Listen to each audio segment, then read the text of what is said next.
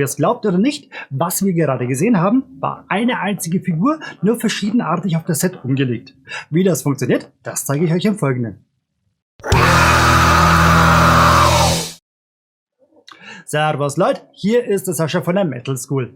Heute wollen wir uns mal damit befassen, wie man mit einem ganz simplen Trick aus langweiligen Single-Stroke-Rolls, also diese Orgelpfeifen,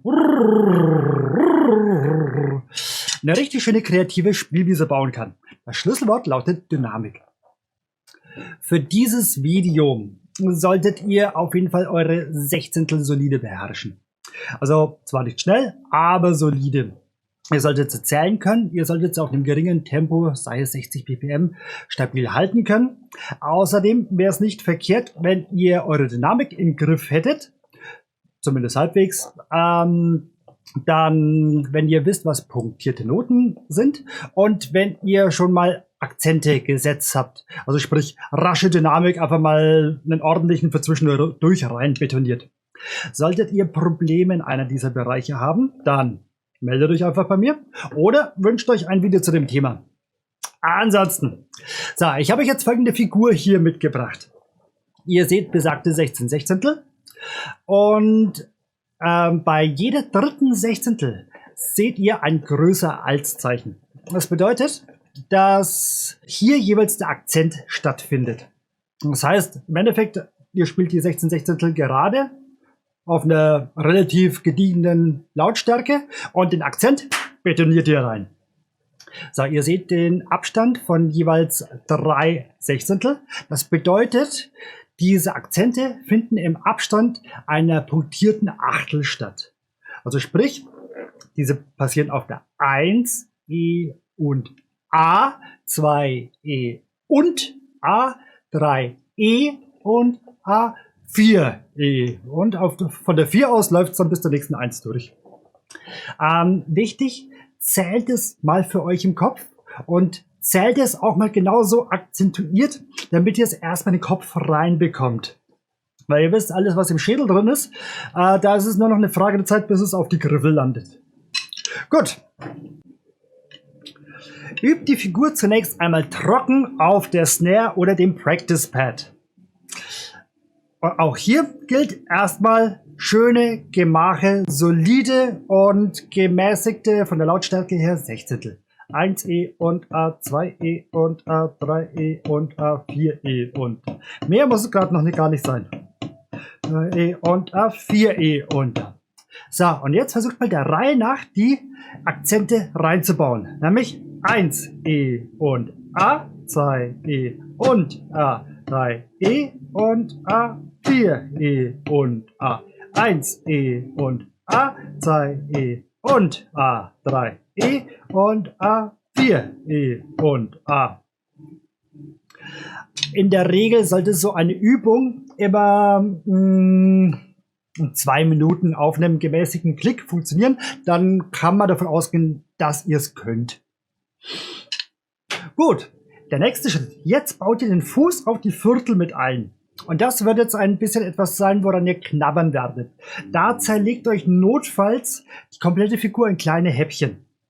Das erste Häppchen, die erste Viertel wäre quasi 1E und A2. Also ihr seht, ihr müsst zuerst, beim ersten Akzent schlagt ihr beides gleichzeitig. Beim zweiten Akzent kommt zuerst das A und erst dann der Fuß. Man neigt immer dazu, dass man den Fuß gleichzeitig mit irgendwie viel Bewegung von der Hand her platziert. Und genau das müsst ihr jetzt nämlich hier entkoppeln. Hier müsst ihr bewusst darauf achten, dass die A viel Bewegung von der Hand, keine Bewegung auf dem Fuß und die 2, die gleich darauf folgt, viel Bewegung mit dem Fuß, also Bassdrum, und keine Bewegung mit der Hand, also keine ist falsch, sondern nur eine ganz, ganz gemäßigte, leichte Bewegung mit der Hand ist. Und das gilt für die nächsten Zählzeiten nämlich auch. Nämlich die 2, 2E und A, 3E. Nämlich 2, leise, aber Bassdrum. E. Und dann kommt die und wird betoniert. A. Und dann kommt die 3, Die 3 ist wieder leise, aber dafür die E darauf gleich wieder laut. Also 2 E und A, 3 E. Achte dabei mal auf meinen Fuß. 2 E und A, 3 E. Gut. Und dann natürlich, ja, bei der Viertel, da laufen wir da, bei der vierten Viertel, also bei der 4, laufen wir da Hand und Fuß zusammen. Da dürfte wieder alles in Ordnung sein. 1 E und A, 2 E und da E und da 4 E und da 1 E und A, 2 E und da E und da 4 E. Die ganzen Arbeitsblätter übrigens findet ihr unten in der Beschreibung zum Download. Gut, wenn ihr das soweit habt, übt es ruhig in eurer Geschwindigkeit, nehmt euch jegliche Zeit, die ihr dafür braucht, dann können wir uns dem Set zuwenden. Na gut, am Set angelangt, versucht jetzt mal, diese Figur einfach mal ganz normal wiederzugeben. Nämlich mit einer schönen soliden Viertel Bassdrum und oben auf der Snare diese Figur. 1 E und A, 2 E und da 3 E und da 4 E.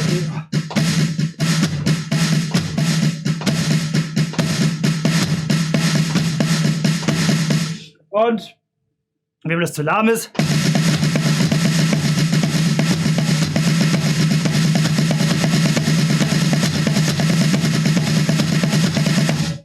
gut.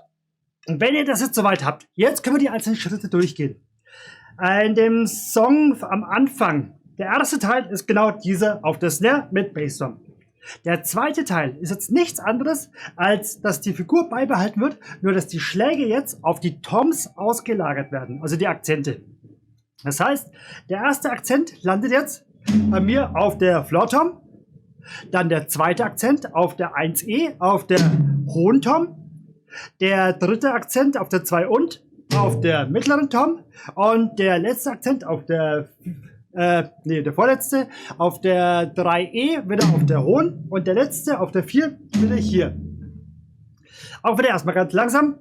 1E und A, 2E und da 3E und da 4E und da 1E und A, 2E und da 3E und da 4E und da.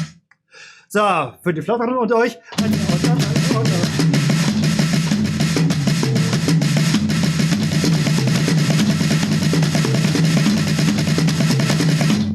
Gut.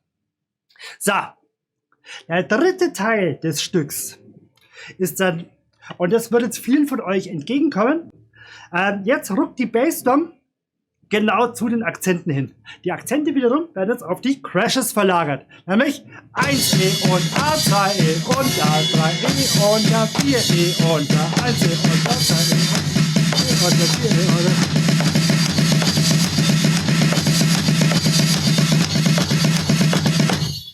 Gott. Das war der dritte Teil. Der vierte Teil ist etwas komplexer, weil jetzt landet er hier auf der Hi-Hat. Jetzt wird er zu einem kompletten Beat. Nämlich, hier geht er wieder zurück zu der grundlegenden Snare-Figur und transferiert die komplette Figur mal auf die Hi-Hat. 1E und A, 2E und da 3E und da 4E und da 1E und A, 2E und E und wenn ihr das soweit habt, dann verlagert den allerersten Akzent auf eine Crash. 1 und A und E und 4 und 1 und E und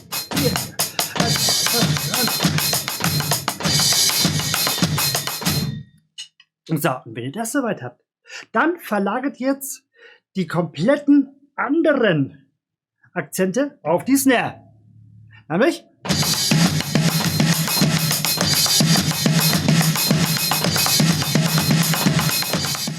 wenn euch das Video jetzt gefallen hat, lasst mir einen Daumen nach oben da. Ansonsten Kritik in die Kommentare. Und dann hätte ich gesagt, sehen wir uns beim nächsten Mal. Bis dahin, Servus.